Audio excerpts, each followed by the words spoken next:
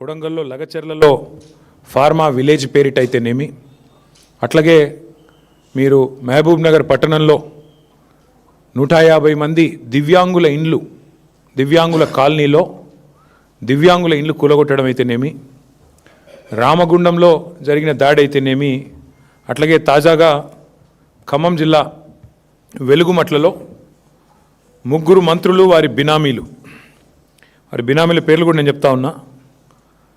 వేజెల్ల సురేష్, ముల్లా కిషోర్, దామోదర్ రావు, ఈ 3 బినామీల కోసమే మొన్న వెలుగుమట్లలో ఖమ్మం కార్పొరేషన్ పరిధిలోని వెలుగుమట్లలో 3 మంత్రుల బినామీల కోసం, వాళ్ళ రియల్ ఎస్టేట్ లాభాల కోసం, వాళ్ళ రియల్ ఎస్టేట్ వ్యాపారం కోసం 1000 మంది పేదవాళ్ళని మొన్న గూడు లేకుండా చేశారు. ఆ దారుణం జరగంగానే మేము మర్నాడే అక్కడున్నాం. వెలుగుమట్లలో పేదల ఇల్లు కూలగొట్టి కాంగ్రెస్ ప్రభుత్వం ఘోరమైన తప్పు చేసింది. ఇది దారుణం. ఒక గాజాలో ఎట్లా అయితే ఒక భీతావహమైన వాతావరణం ఉందో, శిథిలాల నడుమ ప్రజలున్నారో, ఆ పరిస్థితి వాళ్ళ వెలుగుమట్లలో మాకు కనబడుతున్నది అని చెప్పి ఆ రోజు పత్రికా మిత్రులతో చెప్పాను, అక్కడున్న ప్రజలతో కూడా చెప్పాం. ప్రభుత్వం చేసింది తప్పు అనేది ఆ రోజు ఘంటాపదంగా చెప్పాం. ఈరోజు మేము చెప్పింది 100% వాస్తవం అని తేలిపోయింది. ఎందుకు అంటే బాధితులకు పట్టాలు ఇస్తాము అని ప్రభుత్వమే ఒప్పుకొని ఇవాళ తన తప్పు తెలుసుకొని మరి సవరించుకునే దానికి ప్రయత్నిస్తున్నట్టుగా కనబడుతున్నది. వాస్తవం ఏంటి అంటే ఇవి భూదాన్ పట్టాలు. మనకి అసలు భూదాన్ కాన్సెప్ట్ ఒక్క నిమిషం మీకు చెప్పాలి. భూదాన్ అంటేనే భూదాన్ బోర్డు వచ్చిందే ఆచార్య వినోబా భావే స్ఫూర్తితో.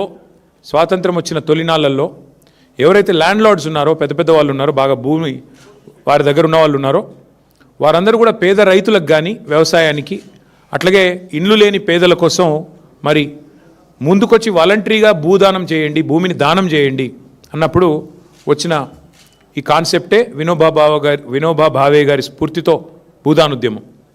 ఆ భూదానుద్యమంలో భాగంగా ఇవాళ మన రాష్ట్రంలో మీరు చూస్తే నల్గొండ జిల్లాలో భూదాన్ పోచంపల్లి అనే ఒక ఊరు ఉంటుంది. ఆ పేరు కూడా అక్కడి నుంచి వచ్చిందే.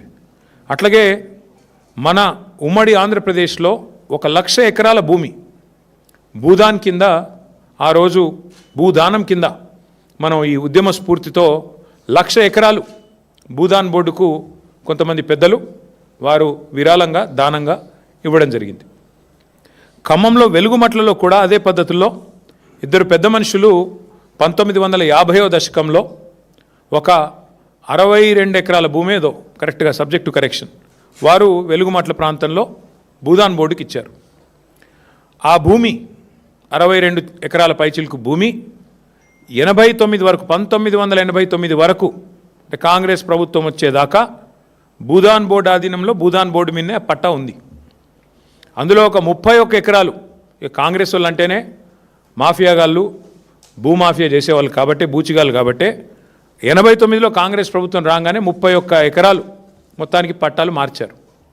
భూదాన్ పేరు మీద ఉన్న 30 ఏళ్ళ పైచిలకు 35 ఏళ్ళ పైచిలకు భూదాన్ పేరు మీద ఉన్న భూములను మొత్తానికి పైరవి చేసినరో, పైసలు ఇచ్చినరో, ఏం చేసినరో ఒక 31 ఎకరాలు పేరు మార్చి ప్రైవేట్ వ్యక్తుల పేరు మీద రాయించుకున్నారు. కానీ ఒక 31 ఎకరాలు అట్లే ఉండే.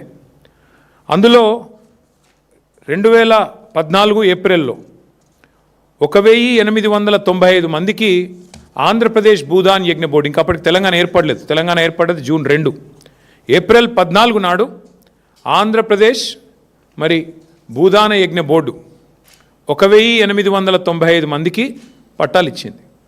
ఇచ్చిన తర్వాత అందులో మరి 2014 ఏప్రిల్లో ఇస్తే ఆ గత 10-12 ఏళ్లలో దాదాపు 1000 మంది ఇండ్లు కట్టుకొని అక్కడే నివాసం ఉంటున్నారు. మధ్యలో మా ప్రభుత్వం ఉన్నప్పుడు పక్కనేదో ఎంక్రోచ్మెంట్లు అవుతున్నాయి అని ఫిర్యాదు వస్తే కూడా పరిశీలించమని చెప్పాం తప్ప ఒక్క పేదవాడి ఇల్లు కూడా మేమెన్నడూ ముట్టుకోలేదు.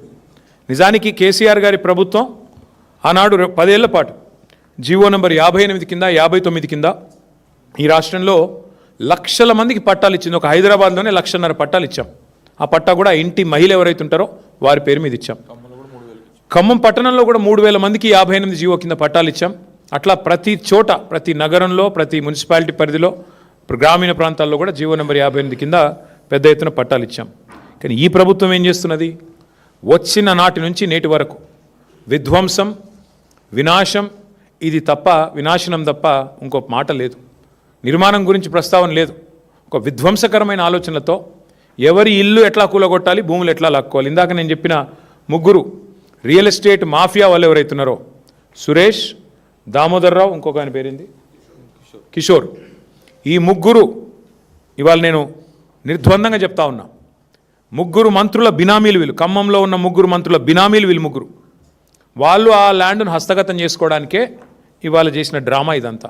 వాళ్ళు ఏమనుకున్నారంటే మున్సిపల్ ఎలక్షన్ అయిపోయింది కదా, ఇప్పుడు కొడితే అడిగేవాడు ఎవడు అన్న లైన్లో పోయారు. ఒక శత్రు దేశం మీద దండయాత్రకు పోయినట్టు 3000 మంది పోలీసు వాళ్ళు పొద్దున 3టికి పోయి వాళ్ళను మెడలు బట్టి బయటికి నూకి ఇండ్లన్నీ కూలగొట్టారు.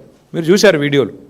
ఒక అమ్మాయి అడుక్కున్నది, 10 నిమిషాలు నా ఇల్లును చూసుకుంటా అన్న, ఆ తర్వాత మీరు కూలగొట్టండి, 10 నిమిషాలన్నా దయచేసి దండం పెడితే కూడా కనికరించలేదు, కరుణించలేదు. ఇష్టం వచ్చినట్టు పిల్లలు వాళ్ళ పుస్తకాలు బ్యాగులు తీసుకుంటామంటే కూడా వినలేదు, మెడలు